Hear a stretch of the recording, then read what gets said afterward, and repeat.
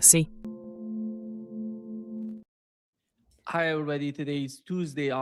Bonjour à tous. Aujourd'hui, nous sommes le mardi 11 août 2026 et nous sommes ici avec le colonel Wilkerson. Et je dirais, colonel Wilkerson, chaque fois que nous en parlons, je dis, colonel Wilkerson, nous savons que vous êtes professeur. Je me souviens de la première fois où j'ai parlé avec vous. Vous étiez à l'université, en train d'enseigner, et vous m'avez parlé au téléphone. Oui, c'est vrai. C'est vrai.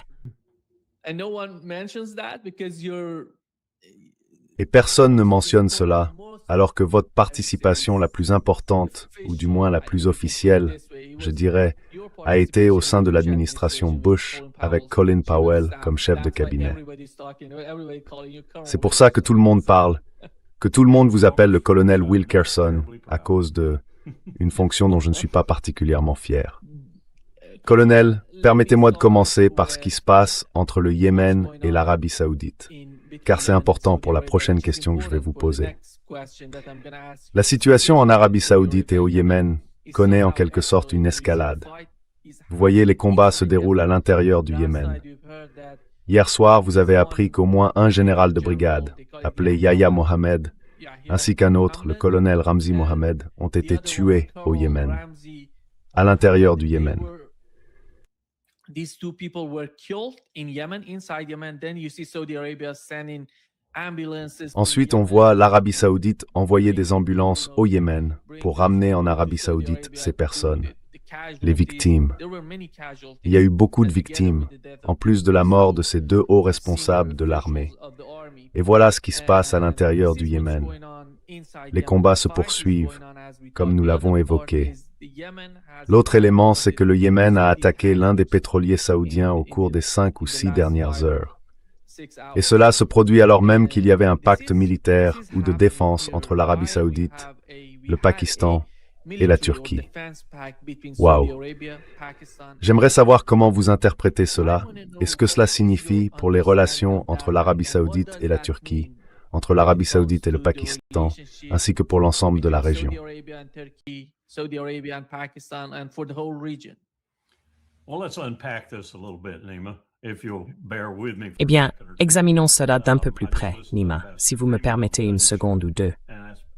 Je viens d'écouter l'ambassadeur Freeman dans l'émission de Judge, et je pense que l'ambassadeur Freeman a assez bien vu juste. C'est un diplomate très érudit, avec beaucoup d'expérience, surtout dans cette région. Oui, c'est au mieux une entente. Ce n'est pas une alliance. Au mieux, c'est une entente. Et ce que cela signifie de manière descriptive pour les Américains comme pour les autres peuples du monde, c'est par exemple de prendre l'article 5 de l'accord de l'OTAN. Regardons-le d'un peu plus près. Cet article dit qu'une attaque contre l'un est une attaque contre tous, mais chaque membre a le droit de consulter ses propres processus décisionnels.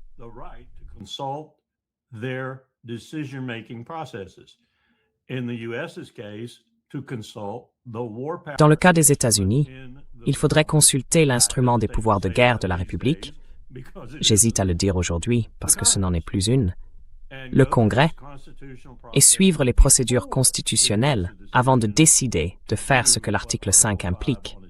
À première vue, venir défendre tout membre du pacte qui serait attaqué. Là, c'est encore plus léger que ça. Et si vous regardez les puissances qui ont conclu cette entente, si vous examinez les raisons pour lesquelles chacune y est entrée ou l'a forgée, et si vous réalisez qu'elles ont déjà ce genre d'accord avec certains États, comme le Pakistan et l'Arabie Saoudite, vous comprenez à quel point, je ne dirais pas que c'est une farce, mais quelle farce c'est.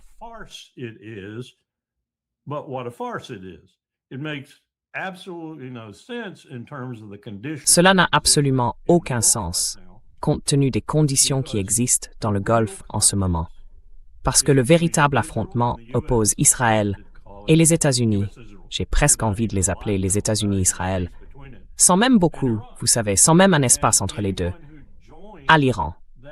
Et quiconque rejoint ce groupe appelé les États-Unis-Israël sera l'ennemi de l'Iran pour toujours, du moins pour le moment, sinon pour l'éternité.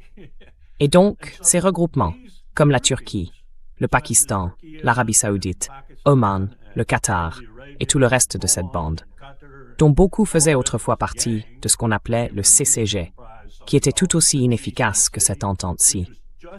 Les faits sur le terrain les contredisent presque toutes les 24 heures. Ils ne sont que ce qu'ils sont, du papier. Ils ne sont rien tant qu'on ne prend pas en compte le rapport de force.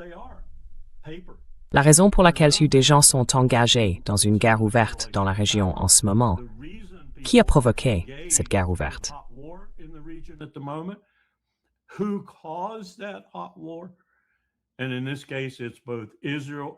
Et dans ce cas, il s'agit à la fois d'Israël et de Donald Trump.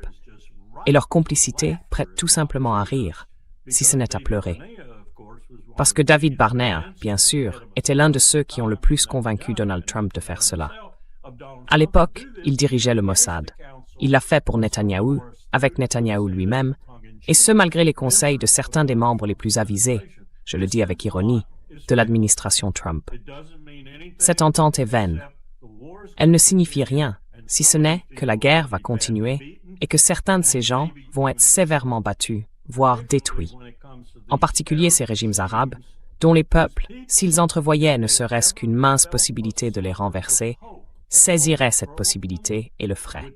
Alors, qu'ont-ils accompli? Ils n'ont rien accompli, à part un morceau de papier. Un morceau de papier qui, face à la réalité, ne vaut rien.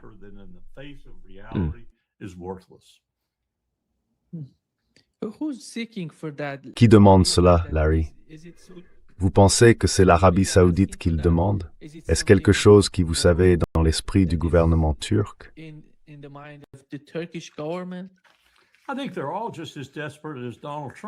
Je pense qu'ils sont tous aussi désespérés que Donald Trump, chacun à leur manière.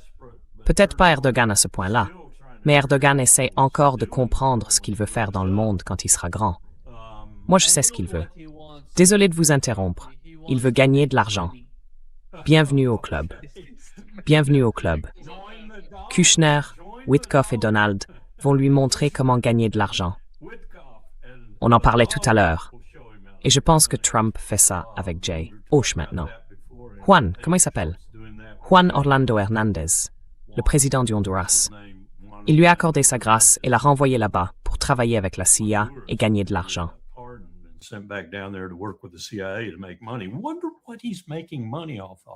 Je me demande sur quoi il se fait de l'argent, puisqu'avant, c'était l'un des plus gros trafiquants de drogue des Caraïbes. C'est pour ça qu'on l'a condamné.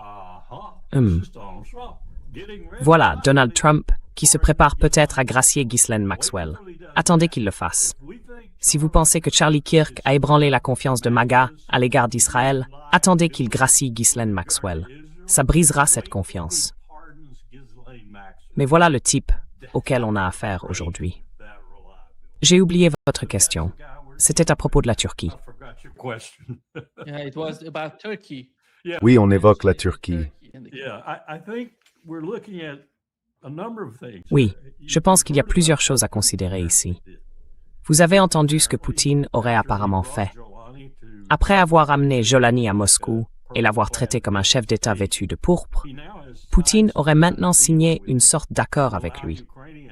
Cet accord permettrait à des nazis ukrainiens d'être, en substance, présents dans la zone où se trouvent le port et l'aérodrome russe, en Syrie, et de mettre en place une sorte d'alliance entre tout cela, Jolani et Moscou.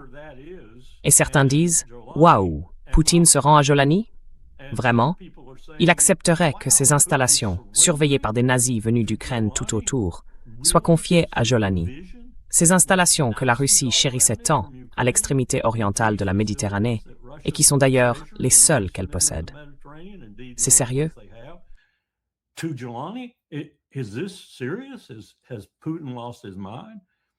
Poutine a-t-il perdu la tête? Et nous essayons de comprendre exactement pourquoi il a fait ça. Moi, je pense que nous ne savons pas tout ce qui s'est passé entre Jolani et Poutine. J'en viens à votre réponse, à l'une des réponses à votre question. Erdogan non plus ne le sait pas.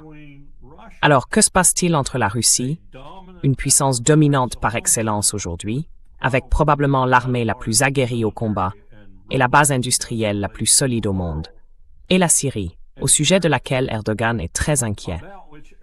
Que se passe-t-il? Pourquoi la Russie conclut-elle cet accord avec Jolani concernant son aérodrome et son port à l'extrémité orientale de la Méditerranée? Nous allons donc tous y réfléchir un moment, jusqu'à ce qu'il se passe quelque chose.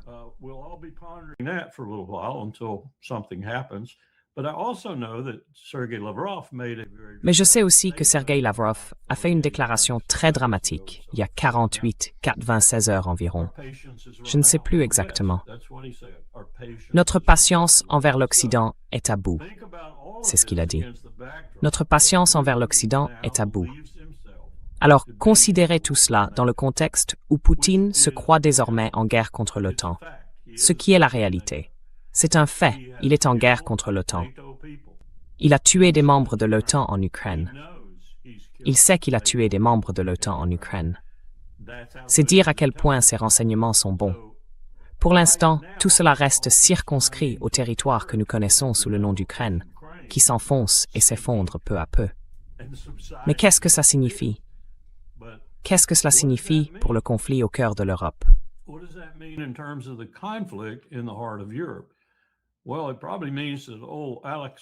Eh bien, cela signifie probablement que ce bon vieux Alexus Grinkowicz, le commandant du SHAPE, est vraiment très inquiet maintenant. Parce que Poutine vient de dire qu'il est en guerre contre ce qu'il commande. Et il manque de toutes sortes de munitions à cause de la stupidité de son président et commandant en chef, qui les gaspille toutes dans le golfe Persique, en tuant des Iraniens sans autre raison que de tuer des Iraniens. Donc tout cela, comme je l'ai dit tant de fois auparavant, tout cela est en train de converger. Ça converge. Et à l'extrémité sud de cette convergence, pour ainsi dire, il y a Al-Ansar, les Saoudiens, qui vont prendre une raclée, et la mer Rouge, une voie d'échange de marchandises bien plus importante que le détroit d'Ormuz. Tout cela annonce pour Donald Trump une situation politique et économique dramatiquement négative, presque simultanément, dans encore 30 à 60 jours.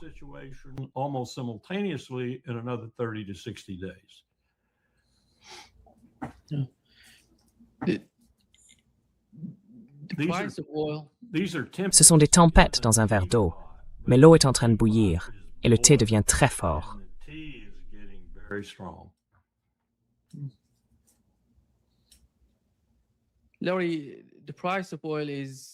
Larry, le prix du pétrole est en hausse aujourd'hui. Il était autour de 4,20 $ le baril. Et l'autre point, c'est qu'on avait une sorte de « quel est le prix de l'hélium ?»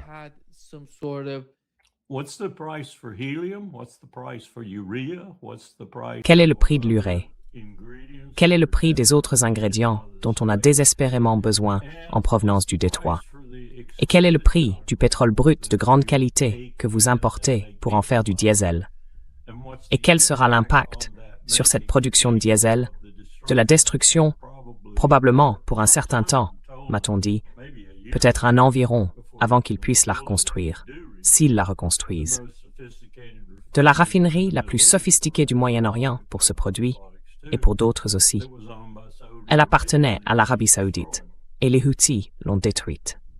Toutes ces choses se combinent. Elles tissent une toile de désastre pour les États-Unis, pour la région et pour le commerce mondial.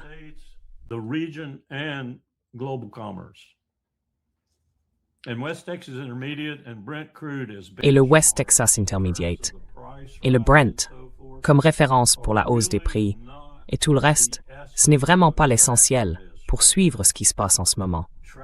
Pour le suivre, il faudrait quelqu'un comme Scott Bessent, sauf qu'il est trop stupide pour le faire. Et tous les indicateurs pour lesquels nous avons des ordinateurs, qui montrent qu'est-ce que ça fait à la chaîne d'approvisionnement. Qu'est-ce que ça fait à la chaîne d'approvisionnement? Quels sont les effets en cascade, au 3e degré de tout ça? Et ainsi de suite.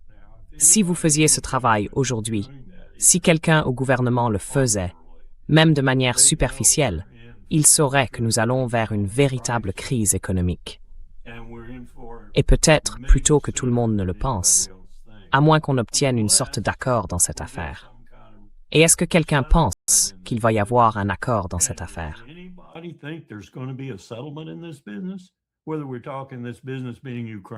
Que l'on parle de l'Ukraine, de l'Iran ou de la situation dans toute cette région, entre l'Ukraine et Chabahar. Et puis au passage, les États-Unis ont aussi de vrais problèmes sur ces eaux-là, pour leur marine. Des problèmes importants.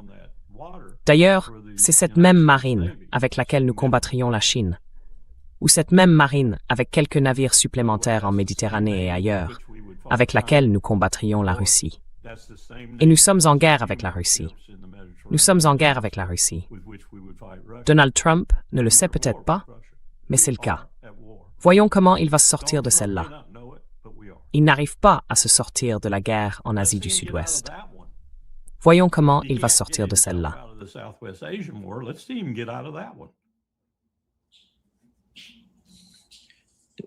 Selon l'évaluation russe, les États-Unis sont impliqués jusqu'au cou dans la guerre en Ukraine. C'est ce qu'ils disent.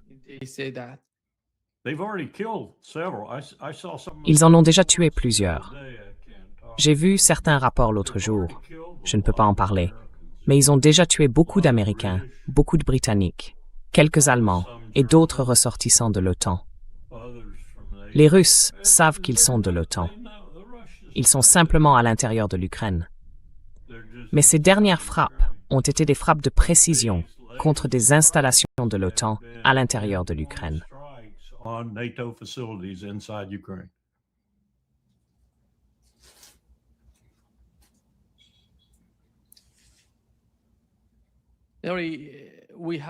Larry, nous avons un nouveau responsable de la sécurité nationale. Le chef du Conseil de sécurité nationale en Iran a été remplacé. Le nouveau dirigeait les gardiens de la révolution pendant la guerre Iran-Irak. Oui, la guerre Iran-Irak. Il y a longtemps. Il y a longtemps. Il y a longtemps. 22 ans, ou quelque chose comme ça, quand il a commencé.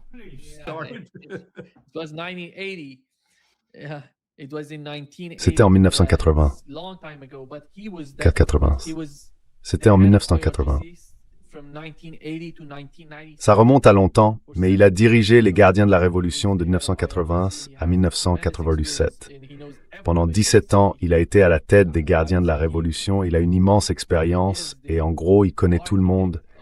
Je dirais qu'il est l'un des architectes des gardiens de la Révolution d'aujourd'hui, parce qu'il était là depuis le début et que, vous savez, depuis son poste, il a toujours été impliqué dans ce qui comptait. C'était en avril de cette année, lorsqu'il parlait du cessez-le-feu entre l'Iran et les États-Unis. Voilà ce qu'il a dit. « Ce n'est que mon opinion personnelle, a-t-il dit, mais je suis totalement opposé à la prolongation du cessez-le-feu. Nous devrions couler chaque navire ennemi en réponse au blocus et ne pas en laisser un seul s'échapper. » Et cet homme est aujourd'hui le chef du Conseil suprême de sécurité nationale. Et d'après ce que je comprends, le gouvernement iranien persiste dans cette voie.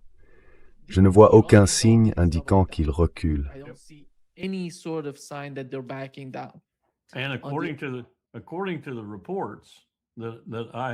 d'après les rapports auxquels j'ai eu accès, certains classifiés, d'autres non, on peut le trouver dans la presse publique si on cherche bien. La plupart des gens ne le font pas. Vous constaterez que depuis des années et des années, le programme pétrolier iranien, la principale vache à lait de l'Iran, on parle ici de sommes énormes, de milliers de milliards de dollars. Une grande partie de cet argent, une proportion énorme, a pendant tout ce temps afflué dans les caisses des gardiens de la Révolution. Vous avez donc cette formidable incitation commerciale et financière, le luxe, tout ce que vous voulez, ainsi que l'incitation qui vient du fait persan, iranien, peu importe, et de vouloir tenir tête aux États-Unis.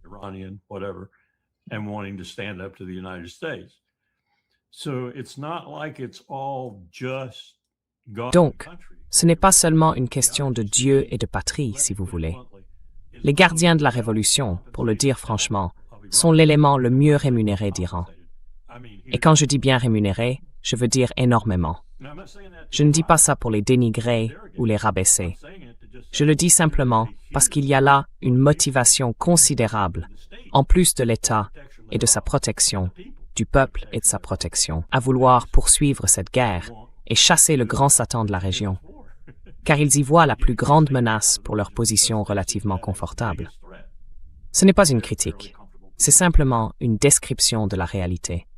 Et Donald Trump n'en a aucune idée, parce qu'il ne sait pas tout cela. And Donald Trump has no idea. Because he doesn't know this. He doesn't study anything. Il n'étudie rien, sauf la manière de s'enrichir lui-même par l'arnaque. Il n'étudie ni l'histoire, ni les raisons pour lesquelles les gens pourraient se battre, ni les raisons pour lesquelles ils sont déterminés, engagés et ne vont pas abandonner. Il ne fait pas ça. Il s'en moque. Il les attaque simplement quand il veut les attaquer. C'est ça, la tristesse de toute cette histoire. Il n'y a ni logique, ni raison, si ce n'est Israël, David Barnea, Bibi Netanyahu et leur emprise sur Trump. Quelle que soit la nature de cette emprise, c'est la seule raison pour laquelle nous faisons ça. C'est écœurant quand on y pense. Je veux dire, regardez le nombre d'enfants que nous avons tués en Iran, au minimum. Regardez les destructions que nous avons causées, au minimum. Et nous le faisons sans aucune raison qui ait la moindre importance. And we're doing it for no reason whatsoever of consequence. There's some reports, Larry. I don't know what is your Il understanding. y a certaines informations, Larry.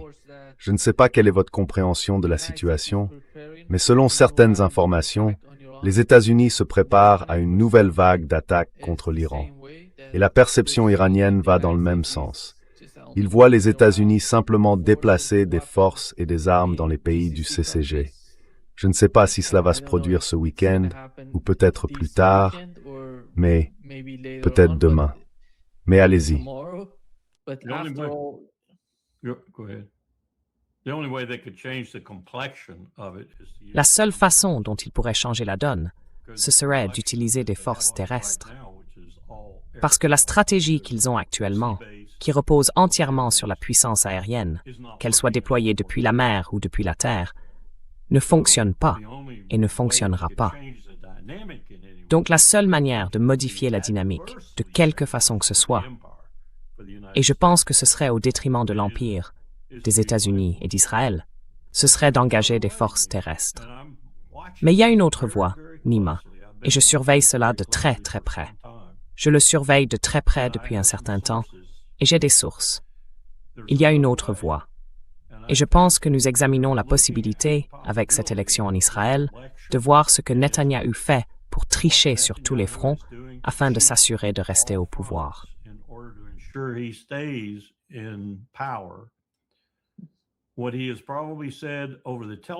Ce qu'il a probablement dit au téléphone à Donald Trump, c'est « Je vais dire ceci, je vais faire cela, mais je ne le pense pas vraiment. Je dois le faire pour mon élection. » Par exemple, ce qu'il vient de dire sur le Liban, autrement dit, les pourparlers en Italie. Tant pis. Ça ne veut rien dire. Nous allons faire ce que nous devons faire au Liban. Ce qu'il vient de dire sur la Cisjordanie, nous allons en remettre une couche. Allez-y, faites ce que vous faites. Et ce qu'il a dit sur Gaza, là aussi, nous allons en remettre une couche. Nous ne voulons pas de votre accord. Nous ne voulons rien avoir à faire avec votre accord. Nous allons tuer le Hamas. Nous allons les tuer chaque jour où nous pourrons les tuer.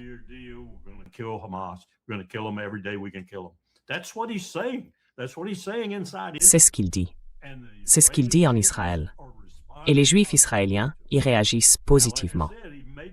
Maintenant, comme je l'ai dit, il appelle peut-être Trump en disant « Je dois dire ces choses. Je dois les dire pour être réélu. Alors ne t'en fais pas, Bob. » Mais ce qu'il fait, qu'il en ait conscience ou non, et je pense qu'il en a conscience, c'est préparer Israël au moins au dénouement à ce qui doit arriver. Il doit renverser ce régime à Téhéran. Il le doit. Et je crains que Donald Trump doive être perçu comme essayant de l'aider.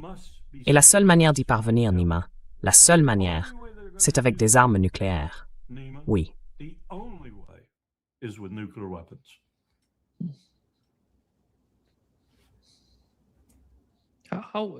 À votre avis, dans ce cas-là, comment voyez-vous l'Iran réagir s'ils font ça?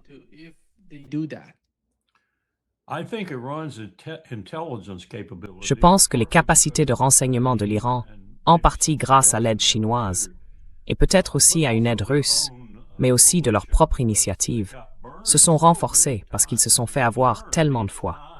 Et à chaque fois, ils ont tiré les leçons de ce qui leur était arrivé, surtout de la part du Mossad. Rappelez-vous combien de personnes le Mossad a assassiné en Iran? Des scientifiques du nucléaire, des dirigeants. On apprend de chacun de ces épisodes. On s'en prend aux responsables, on les tue ou on les emprisonne très lourdement, peu importe, et on jette la clé. Mais on s'en débarrasse. Israël n'a probablement jamais eu aussi peu de sources sur le terrain, à l'intérieur de l'Iran, qu'aujourd'hui. Mais l'inverse est vrai.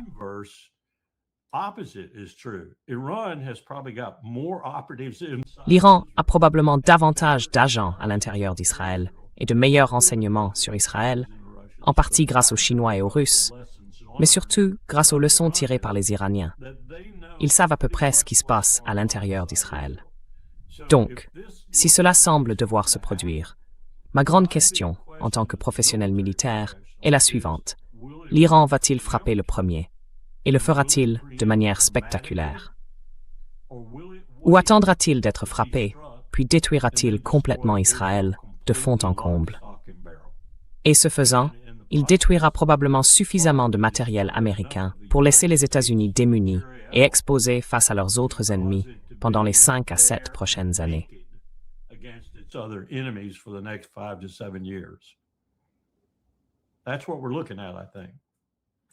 C'est ce que nous examinons, je pense. Vont-ils prendre les devants ou vont-ils attendre, encaisser le coup, puis détruire Israël? Et quelle sera l'ampleur de ce coup? Je ne peux même pas commencer à envisager ce que pourraient faire les sous-marins et leur capacité à lancer une arme nucléaire, dont on m'assure qu'elle existe. Je n'ai aucune idée du nombre d'armes qu'ils utiliseraient. Je n'ai aucune idée du ciblage qu'ils choisiraient, du type d'explosion qu'ils emploieraient, de la puissance, en mégatonnes, des armes qu'ils utiliseraient. Toutes ces choses que j'étudiais autrefois, en tant qu'officier Prefix 5. Je n'ai aucun moyen de calculer ce qu'il en est de la capacité de l'Iran et d'Israël à utiliser des armes nucléaires.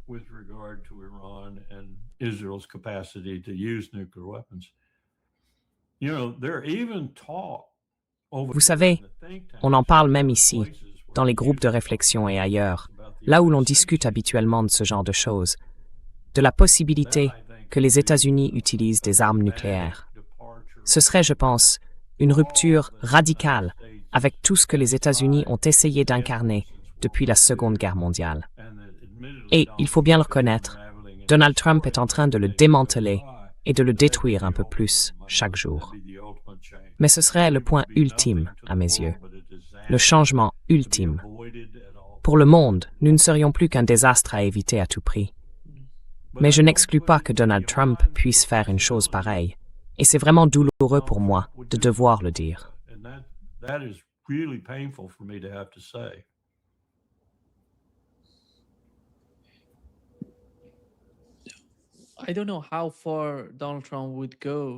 Je ne sais pas jusqu'où Donald Trump irait pour soutenir Benjamin Netanyahou et pour le soutenir. Quelle est votre lecture de leur relation?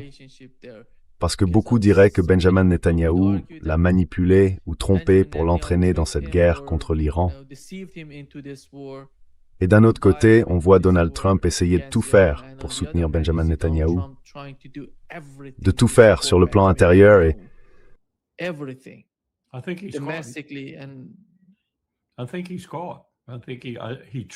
Je pense qu'il est pris au piège. Je pense qu'il est vraiment pris au piège et qu'il ne peut pas s'en sortir. Un piège qu'il a largement conçu lui-même. Mais on ne sait pas quelles étaient les motivations derrière une partie de cette construction. Ça pourrait être Ghislaine Maxwell et ce qu'elle détient sur lui. J'entends des rumeurs sérieuses selon lesquelles il va lui accorder une grâce et la faire sortir. S'il fait ça, il va détruire ce qu'il reste de MAGA qui n'a pas déjà été détruit par l'assassinat de Charlie Kirk et par leur lien avec Israël. Mais c'est une possibilité qu'elle ait des éléments compromettants sur Trump, de manière tangible. Il se peut aussi que Bibi ait des éléments compromettants sur Trump, de manière tangible. Ça peut être tout simplement l'argent qui afflue. Toutes ces choses, je pense, jouent un rôle dans l'influence qu'Israël exerce sur Donald Trump.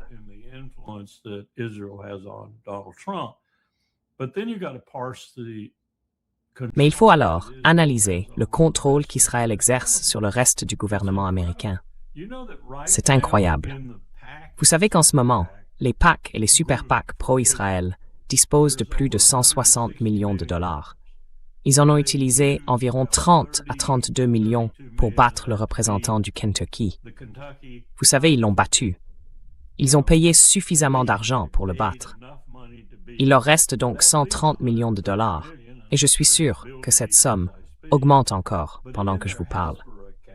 Mais sur leur compte Hasbara, c'est-à-dire ce qu'ils appellent leur compte de diplomatie publique, ils ont 750 millions de dollars. Et ils ont dit qu'ils allaient déployer tout cet argent lors de ces élections.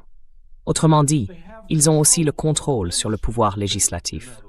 Ils exercent donc, c'est certain, une influence disproportionnée sur au moins 2 pouvoirs. Et je pense qu'ils l'exercent aussi sur quelques membres de la Cour suprême des États-Unis. Donc, ce n'est pas seulement Trump.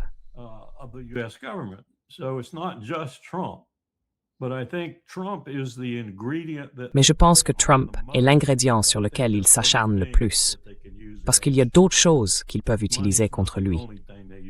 L'argent n'est pas la seule chose qu'ils utilisent contre lui. Sa femme me vient à l'esprit. Sa femme et Epstein me viennent à l'esprit. Donald Trump lui-même et Epstein me viennent à l'esprit. Je ne sais pas ce que c'est. Je ne peux pas l'expliquer, si ce n'est que mon intuition, mon instinct, me dit qu'il y a autre chose. Mais vous avez raison de le sous-entendre. Cela entraîne les États-Unis en enfer. Cela nous emmène exactement là où George Washington, John Adams, Thomas Jefferson, Alexander Hamilton et tous les gens du début, qu'ils aient été fédéralistes ou non, disaient que vous iriez si vous deveniez trop proche d'une puissance étrangère. Et nous ne sommes pas seulement trop proches d'Israël. Israël nous possède.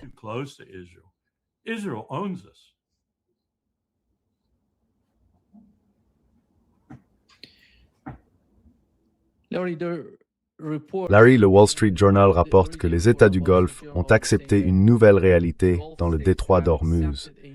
L'Iran en a le contrôle, comme le mentionne cet article. Je pense que c'est vrai. Oman contrôle aussi les choses dans une certaine mesure. Je veux dire, le protocole d'accord a été mis en œuvre sans les États-Unis.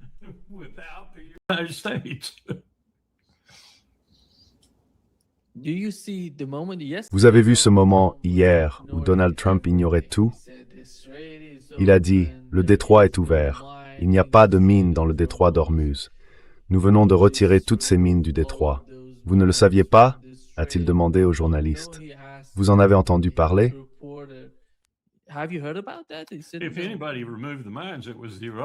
Si quelqu'un a retiré les mines, ce sont les Iraniens. Bon, nous en avons peut-être récupéré quelques-unes, mais si quelqu'un les a retirées, c'était probablement les Iraniens. Parce que ça fonctionne. Vous savez, autant que je puisse en juger, ça fonctionne. Ça fonctionne comme les Iraniens veulent que ça fonctionne. Et je pense aussi, Nima, que c'est comme les Omanais veulent que ça fonctionne. Alors, ils ne l'expriment peut-être pas aussi ouvertement aux États-Unis, mais je pense qu'ils sont à l'aise avec ce que l'Iran veut faire et avec le fait de le partager avec eux. Les deux sont à l'aise avec ce type de régime de transit. Et peut-être qu'il sera un peu affiné avec le temps. Mais si les deux puissances présentes dans les détroits sont à l'aise avec le régime en place, ça va fonctionner. Alors, quelle est la seule puissance qui peut tout faire dérailler? Les États-Unis. Vous savez, parce que nous avons des moyens maritimes dans la région qui pourraient tout faire dérailler.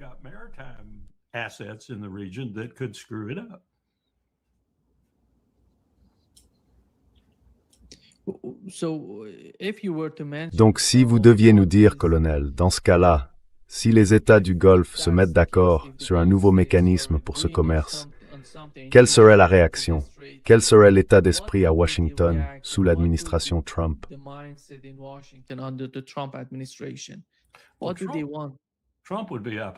Que veulent-ils? Trump serait apoplectique, je pense. Je veux dire, ce serait une défaite totale pour lui. Et surtout, s'il y a un accord financier là-dedans, ça lui rendrait presque complètement impossible de le masquer, vous savez, de mentir à ce sujet, de raconter ceci ou cela au peuple américain. Il est formidable pour prendre la vérité et la tordre. Il la tord dans tous les sens, sur les réseaux sociaux dans ses interviews. Cela dit, si vous avez regardé certaines de ses interviews récentes, les journalistes deviennent un peu plus brusques avec lui. De plus en plus d'entre eux le contestent et lui disent en face qu'il ment.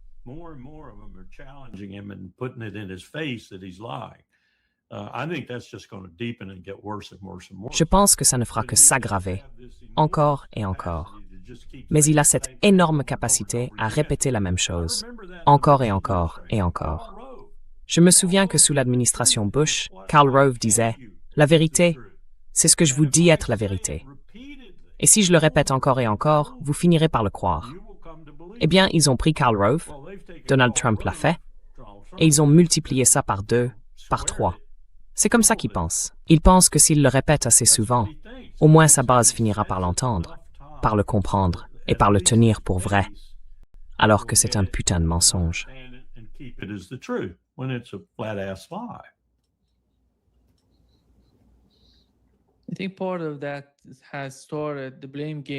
Je pense qu'une partie de tout cela a déclenché le jeu des accusations au sein de l'administration Trump. Nous en parlions avant d'entrer en direct. Nous avons parlé de Hegseth et de ses hommes. Et on voit la même chose se produire au Mossad.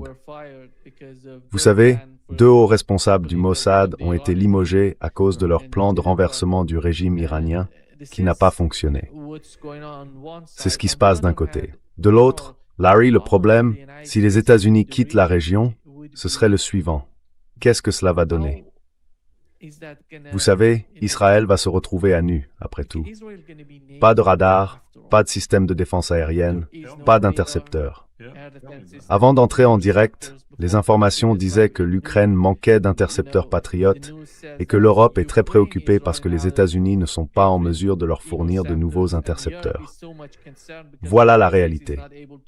Mais les Israéliens disent que non. Peut-être que ces informations n'ont rien à voir avec la réalité. Peut-être qu'on invente des choses. Mais au final, eux savent ce qu'il en est de leur système de défense aérienne, de leur capacité.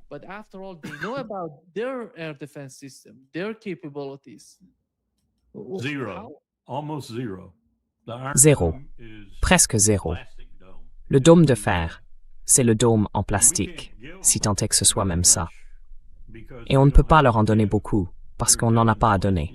On dit la même chose à Zelensky. On n'en a pas à lui donner. Zelensky n'a pratiquement aucune défense aérienne en ce moment. À part des drones et le hasard, il n'a vraiment aucune défense aérienne. La Russie a une maîtrise complète de l'espace aérien, ce que vous appelleriez la suprématie aérienne, la supériorité aérienne. La suprématie aérienne, c'est un peu plus que l'autre, et elle peut voler pratiquement à sa guise.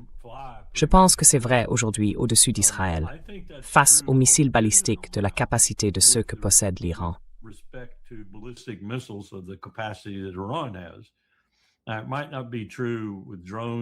Cela ne vaut peut-être pas pour les drones et ce genre de choses. Parce que les drones, on peut les abattre avec des armes légères. C'est difficile, mais c'est possible. Des Apaches peuvent abattre des drones, ce genre de choses. Mais face à ces missiles balistiques, Israël n'a pratiquement aucune défense. Ce qui me ramène à ce que Golda Meir a dit en 1973, n'est-ce pas? Si nous étions menacés dans notre existence, et à ce moment-là, avec la 3e armée égyptienne là où elle se trouvait, on peut dire que c'était peut-être le cas. Et nous savons maintenant, je pense de façon concluante, qu'ils ont chargé plusieurs armes atomiques. C'était peut-être pour que la Russie et les États-Unis le voient, afin qu'ils comprennent qu'ils étaient sérieux.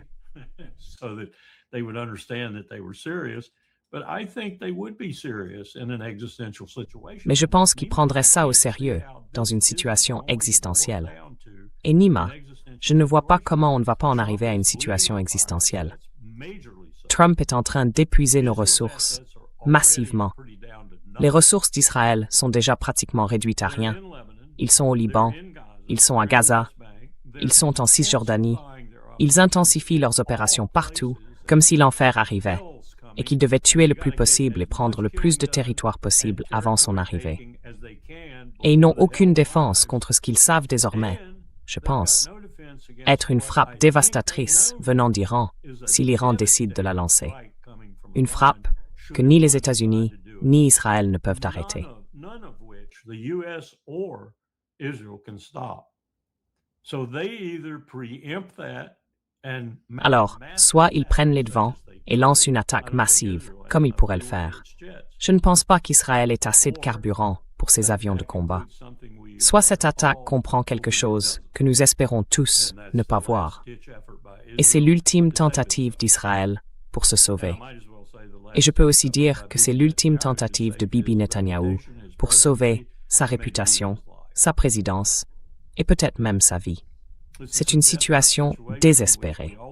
C'est ce qu'on disait toujours pendant la guerre froide. L'un des principes de la philosophie militaire, si vous voulez, que ce soit en Allemagne, chez Clausewitz ou chez Sun Tzu, il ne faut jamais mettre son ennemi dans une situation où il n'a d'autre choix que de se suicider pour essayer de vous empêcher de le prendre. C'est ce que nous faisons.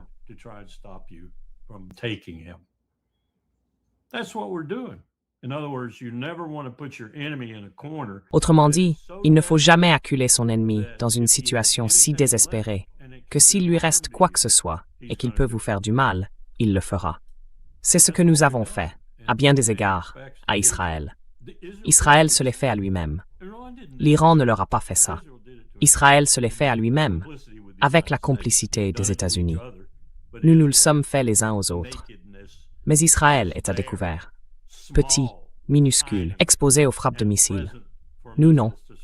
C'est donc une vulnérabilité que selon cette philosophie en tout cas, et je pense que c'est une assez bonne philosophie, que ce soit celle de Sun Tzu, de Jomini, de Clausewitz ou de qui que ce soit, il ne faut jamais imposer à son ennemi, s'il lui reste, vous savez, cette dernière balle.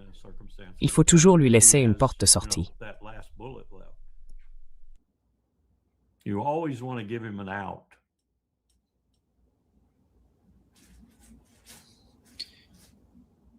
Why is that? Pourquoi cela n'est-il pas interprété ainsi dans la situation que vous venez d'évoquer? Vous ne voyez pas cette interprétation se faire au sein de la société israélienne.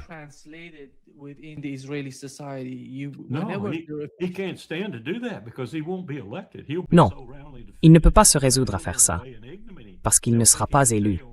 Il sera battu si largement qu'il partira dans l'ignominie. On l'emmènera en prison dans une camisole de force. Il ne peut pas admettre la vérité. Il ne peut pas dire à tout le monde ce qu'il a fait à l'État d'Israël. C'est pour ça qu'il y a un effort aussi massif, 24 heures sur 24, pour museler la presse, museler les journalistes, empêcher qui que ce soit de comprendre la situation désespérée dans laquelle il a placé l'État d'Israël. Mais ceux qui le savent sont à Téhéran, ou quelque part en Iran. Or they're in Iran somewhere.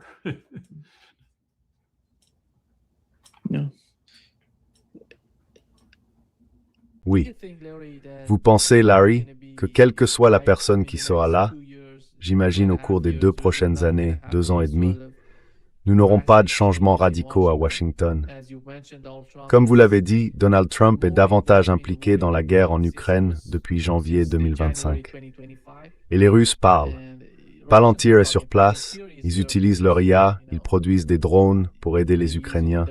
On voit Starlink là-bas. Toutes ces personnes gagnent de l'argent grâce à l'Ukraine.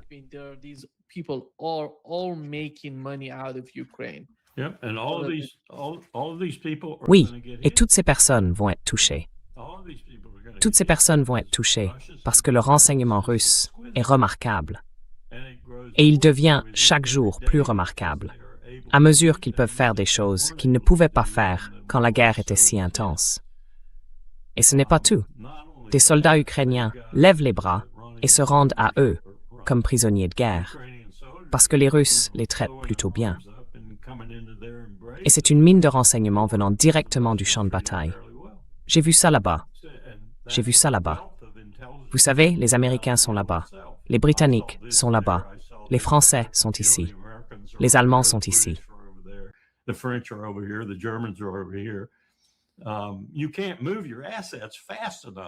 Vous ne pouvez pas déplacer vos moyens assez vite, surtout si vous avez une usine qui fabrique des drones ou quelque chose de ce genre.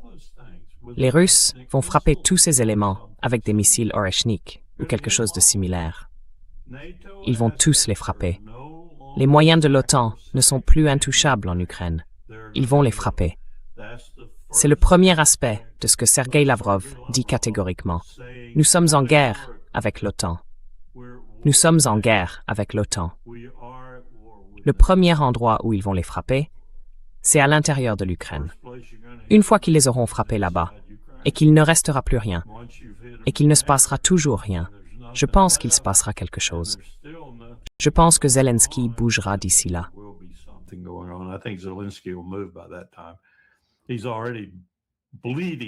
Il réclame déjà en bêlant qu'il faut un cessez-le-feu. Et il en a besoin d'un cessez-le-feu, parce qu'il ne pourra pas tenir beaucoup plus longtemps. Les Russes ne vont pas lui accorder de cessez-le-feu. Pourquoi lui en accorder un quand vous gagnez comme eux gagnent? Ils vont éliminer Zelensky, tôt ou tard, ainsi qu'autant de nazis autour de lui qu'ils le pourront. Mais ce sont des moments dangereux, parce que vous avez des gens comme... Je viens d'écouter un type qui revenait de Lituanie. Je ne le connais ni d'Ève ni d'Adam, mais il parlait avec une telle assurance, une telle expertise. Et je me suis renseigné sur lui, et je me suis dit, bon, ce type doit savoir de quoi il parle. Ça fait longtemps qu'il voyage, qu'il entre et sort de Lituanie, d'Estonie et de Lettonie.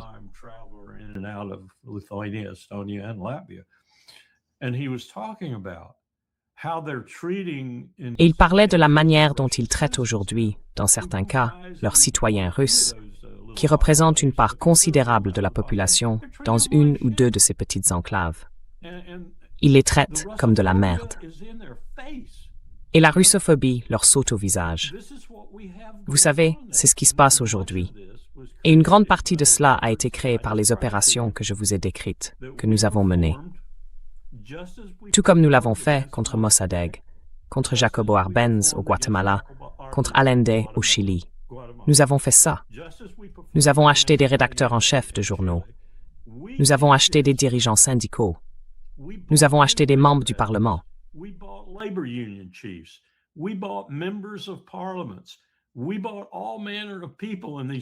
Nous avons acheté toutes sortes de gens dans ces pays et attisé la russophobie. Et celui qui a fait ça plus que quiconque, c'est mon président qui l'a lancé, George W. Bush. Mais celui qui l'a fait par excellence, c'est Joe Biden, Anthony Blinken et Jake Sullivan, au nom de la démocratie libérale instrumentalisée. Donc à bien des égards, nous avons créé ces monstres. Pourquoi est-ce que soudainement, ils méprisent, ils haïssent, ils n'arrivent même pas à contenir leur haine, de larges blocs de Russes dans leur propre pays? Parce que nous leur avons appris à les haïr. Nous avons mis chaque centime dont nous disposions pour nous assurer que la CIA travaillait avec des rédacteurs en chef de journaux, avec des propriétaires de magazines, afin de haïr les Russes.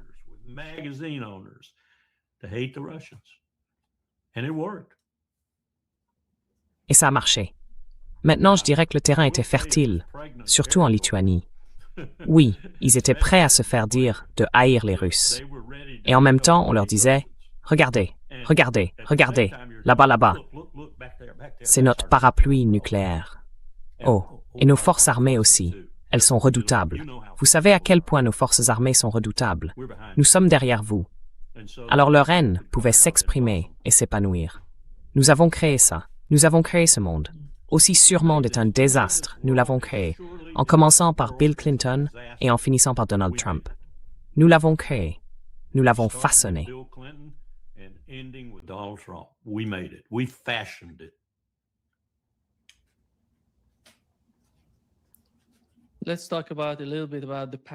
Parlons un peu de la suite. Dans le cas de l'Ukraine, vous venez d'évoquer toute la complexité de la situation et nous avons eu le conseiller du président du Parlement iranien qui dirigeait la délégation chargée de négocier avec les États-Unis. Il a déclaré que Trump ne parviendrait pas à un accord. Quelle négociation? Allez-y. C'est un point important, crucial que vous venez de soulever. Il a dit que Trump ne parviendra pas à un accord. Nous l'accompagnerons jusqu'à la fin de son mandat. C'est leur perception. Ils estiment que cela va continuer. Larry, quelle sera l'issue de tout cela pour les États-Unis en tant que pays? Nous savons que Donald Trump quittera ses fonctions dans 2 ans et demi. Il y aura un nouveau président, peut-être républicain, peut-être démocrate. Mais il devra gérer la complexité créée par les 2 administrations, l'administration Biden et l'administration Trump. Il ne s'agit pas, vous savez, de dire que tout cela est lié et que ce n'est pas un désordre qui vient de Donald Trump ou de l'ensemble d'entre eux. It's not a mess coming from Donald Trump or No, all of them together. Biden, Blinken, and Sullivan have a big share. Biden, Blinken et Sullivan portent une grande part de responsabilité là-dedans. Une grande part. Et mon président, George W. Bush, en porte aussi une part. Tout comme Bill Clinton avant lui. Ils ont tous tout gâché. Obama a un peu atténué les choses. Et peut-être qu'il aurait pu le faire davantage s'il avait eu du courage. Mais il n'a pas beaucoup changé les choses. Biden a repris cette direction. Et Biden, Sullivan et Blinken étaient là. Ils étaient là. Ils ont contaminé autant qu'ils le pouvaient l'administration Biden aussi, notamment sur le renouvellement du JCPOA. Ils ont tué ça. Ils ont torpillé ça avec Biden. Et je ne sais pas si c'était parce que Biden était devenu sénile.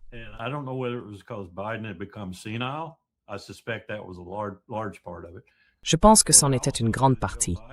Mais je sais aussi que Joe Biden n'était pas un ami, ni de l'Iran, ni de la Russie. Donc on pouvait voir ça se mettre en place. Où va-t-on à partir de là? La seule solution que je vois, Nima, c'est de destituer Donald Trump. Et chaque fois que je dis ça dans les cercles politiques avec lesquels je suis encore en contact, on me répond « Impossible. Les républicains se tireraient une balle dans le pied. » Donc, même s'ils finissaient par comprendre que cette guerre, par exemple, mettait réellement en danger la sécurité de la République, la sécurité de l'Empire, est-ce qu'ils le destitueraient? Non, ils ne le feraient pas, parce qu'ils se destitueraient eux-mêmes. Et il y a une certaine logique à cela. Il y a une raison à cela.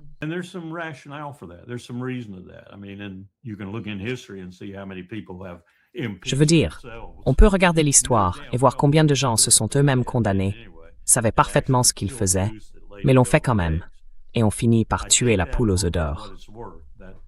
J'en prends acte pour ce que ça vaut. C'est une possibilité, voire même une probabilité. Mais où trace-t-on soudainement la ligne? Est-ce qu'on le fait lorsque vos adversaires dans le monde, comme la Russie, la Chine et désormais l'Iran, vous écrasent à ce point, sur le plan économique, voire social, que vous ne pouvez plus reculer? Vous ne pouvez plus gérer ça. Que faites-vous alors? Est-ce que vous entrez simplement dans une phase d'incapacité à agir et que tout autour de vous s'effondre, comme Samson dans le temple? Ou bien est-ce que vous prenez des mesures qui ont un sens et essayez de redresser le navire de l'État?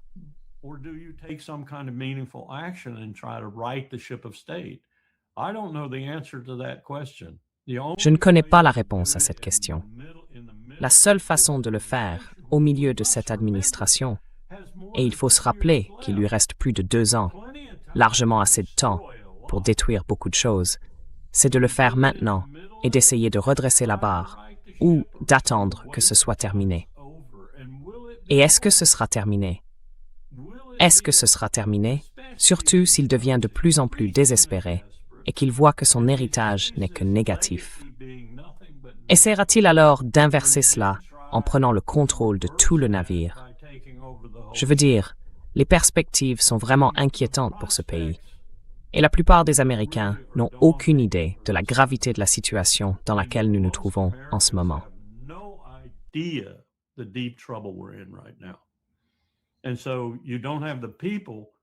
Et donc, vous n'avez pas les gens capables de les mobiliser d'une manière qui pourrait influencer l'issue de ce que vous voulez faire en termes d'action positive.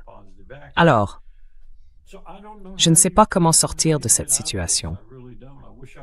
Vraiment, je ne sais pas. J'aimerais le savoir. J'aimerais le savoir. Je courrais tout de suite à la Maison-Blanche pour le poser sur le bureau de Trump. Il n'y prêterait aucune attention, mais je ne vois rien de positif se profiler tant qu'il ne sera pas parti.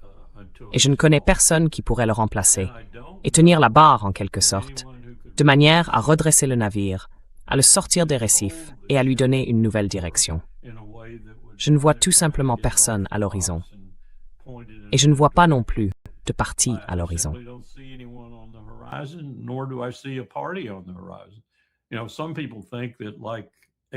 Vous savez, certaines personnes pensent qu'en 1854, lorsque le Parti républicain est né des Whigs agonisants, quelque chose de ce genre s'est produit.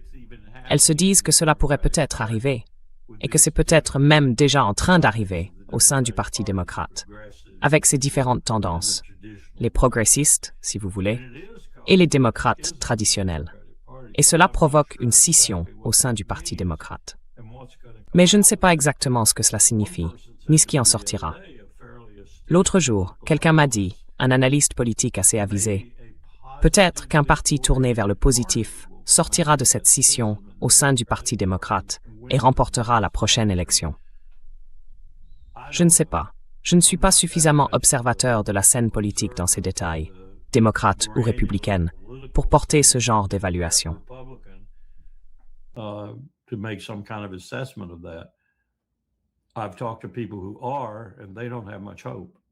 J'ai parlé à des gens qui le sont, et ils n'ont pas beaucoup d'espoir. Un jour, j'ai écouté James Carville, jusqu'à en être presque malade, parler du Parti démocrate, de la façon dont il pourrait renaître et tout ça.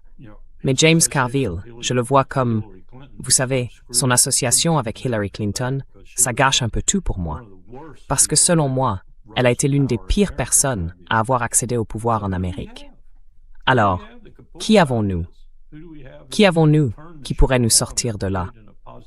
Qui avons-nous qui pourrait redresser le navire, le mettre sur une trajectoire positive et l'y maintenir? Je ne sais pas. Tout ce que je vois, ce sont des pirates et des gens qui veulent le couler. C'est une projection sombre, mais je serais malhonnête si je ne disais pas ce que je crois.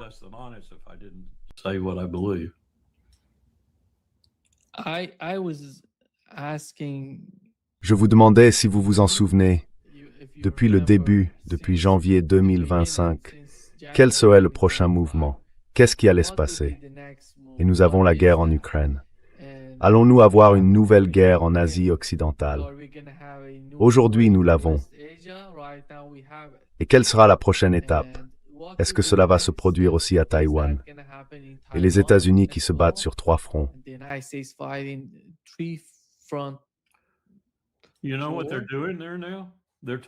Vous savez de quoi ils parlent là-bas maintenant? Ils parlent de drones. Ils parlent d'essaims de drones qui viendraient de partout à Taïwan, des montagnes, de Taipei, de partout. Ces essaims de drones arriveraient de tous côtés. Et donc, les Chinois ne pourraient lancer aucune sorte d'attaque à cause de ces essaims de drones. C'est du grand n'importe quoi. Les Chinois ne veulent pas recourir à la force contre Taïwan. C'est aussi simple que ça. La seule façon pour qu'ils utilisent la force contre Taïwan, ce serait que les États-Unis y déploient 4 divisions de l'armée et disent « on vous met au défi ». Alors, peut-être qu'ils le feraient, parce qu'ils nous écraseraient.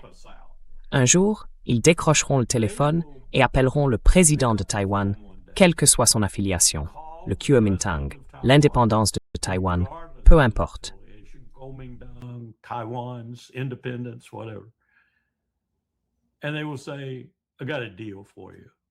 Et ils diront, j'ai un accord à vous proposer, et cet accord sera présentable, attrayant, et Taïwan l'acceptera. Et les gens disent, eh bien non, non, non, non, regardez ce qu'ils ont fait à Hong Kong. Ils ont fait ça à Hong Kong parce qu'ils détestaient profondément les Britanniques. Ils méprisaient les Britanniques. Je suis devenu un peu comme eux. Moi aussi, je méprise les Britanniques maintenant. J'aurais jamais pensé dire ça. Ma femme, au paradis, doit me maudire. Je suis allé à Londres tous les ans pendant 20 ans. Elle adorait l'Angleterre. On y était tout le temps.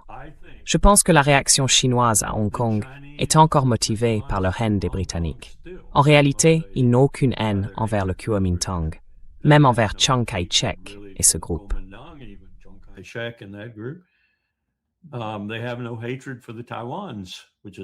Ils n'ont aucune haine envers les Taïwanais, c'est-à-dire ceux que nous appelons les non-Kuomintang.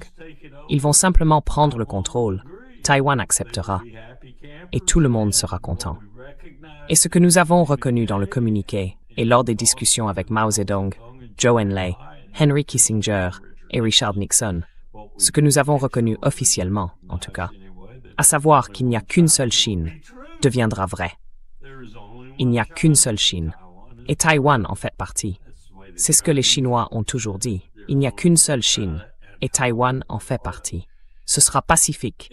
Ce sera bien accueilli des deux côtés. Ce sera une réussite économique pour les deux parties. Ça l'est déjà.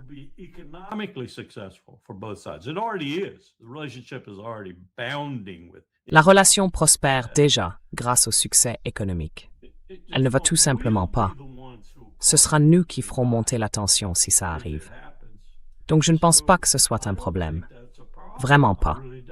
Si on laissait simplement les choses tranquilles, et bien sûr, on ne le fait pas, on construit cette chaîne d'îles là-bas pour combattre la Chine et toutes ces conneries. Mais tout ça va juste partir en vrille.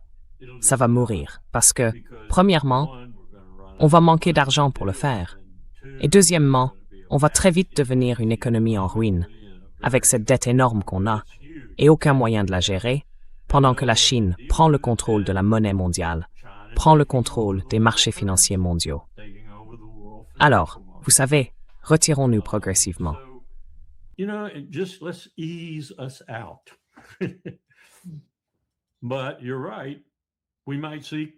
Mais, vous avez raison.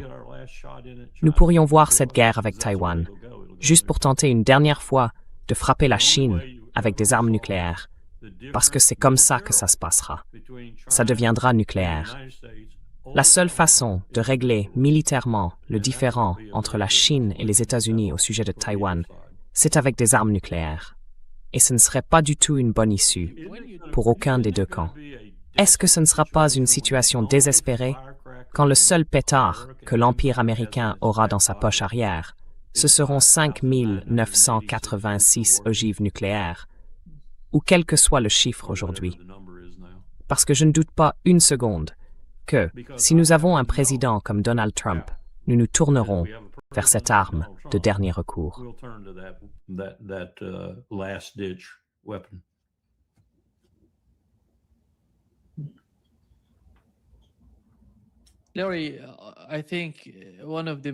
Larry, je pense que l'un des points les plus importants concernant le Groenland, c'est l'Arctique et la manière dont... Absolument, oui. Voilà, laissez-moi simplement l'afficher. Ici, vous voyez les routes, l'une proche de la Russie, l'autre proche du Canada. Et contrôler le Groenland, ça ne signifie pas tant que ça. Qu'en pensez-vous?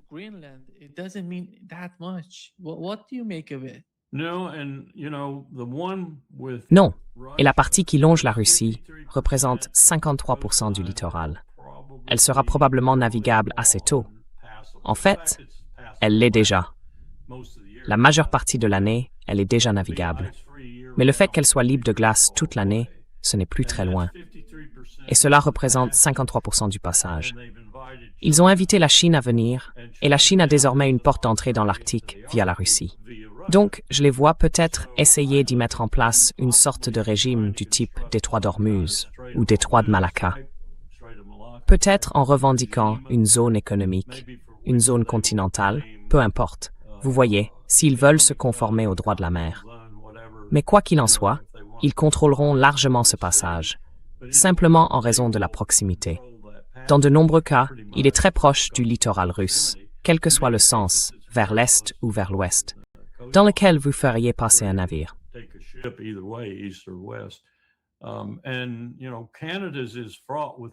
Et puis, vous savez, le Canada est confronté à de nombreux problèmes.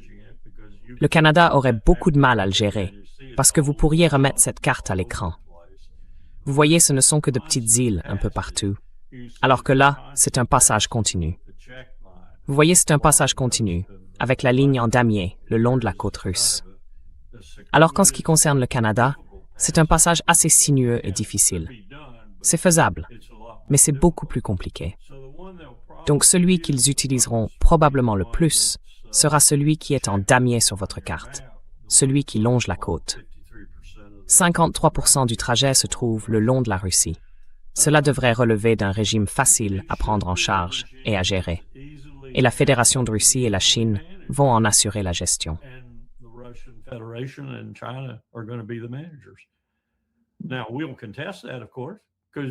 Bien sûr, nous allons contester cela, parce que nous pensons que ça veut dire qu'ils auront la main mise en premier sur tous les minerais et, vous savez, sur toutes les autres choses qui se trouvent sous cette eau. qu'ExxonMobil et les compagnies minières, du Canada à l'Australie, en passant par les États-Unis, veulent violer, piller et saccager, comme d'habitude. J'ai vu certaines estimations concernant le nickel, le molybdène et les autres choses qui se trouvent sous cette mer, faciles à atteindre et à extraire. Donc, nous aurons un problème parce que nous allons essayer de détruire l'Arctique et nous y parviendrons probablement. Je veux dire, compte tenu de notre rapacité, de nos pratiques minières prédatrices, et ainsi de suite, nous y parviendrons probablement.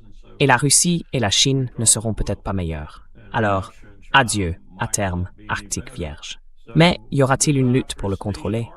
Oui, il y en aura probablement une. Les États-Unis, l'Empire américain, auront-ils encore assez de vigueur pour se battre? Je n'en suis pas sûr, parce que nous l'épuisons certainement très rapidement.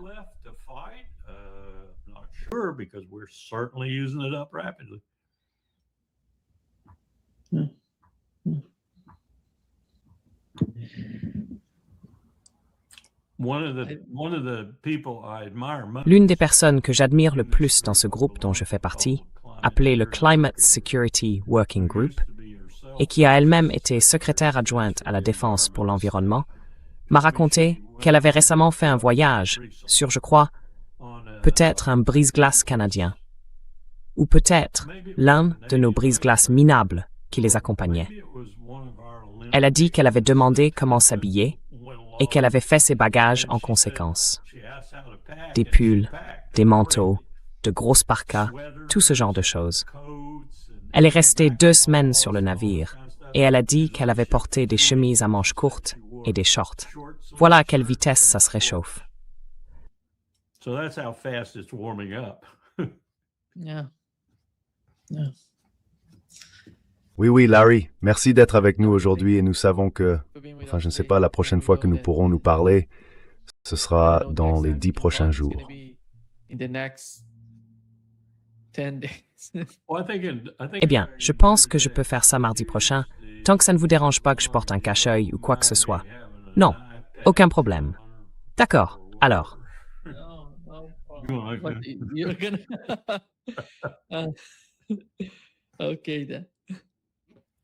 J'espère que tout se passera bien, Larry. Tenez-moi au courant. Moi aussi. Prenez soin de vous. Je resterai en contact. Salut, à plus Larry, salut. Bye-bye.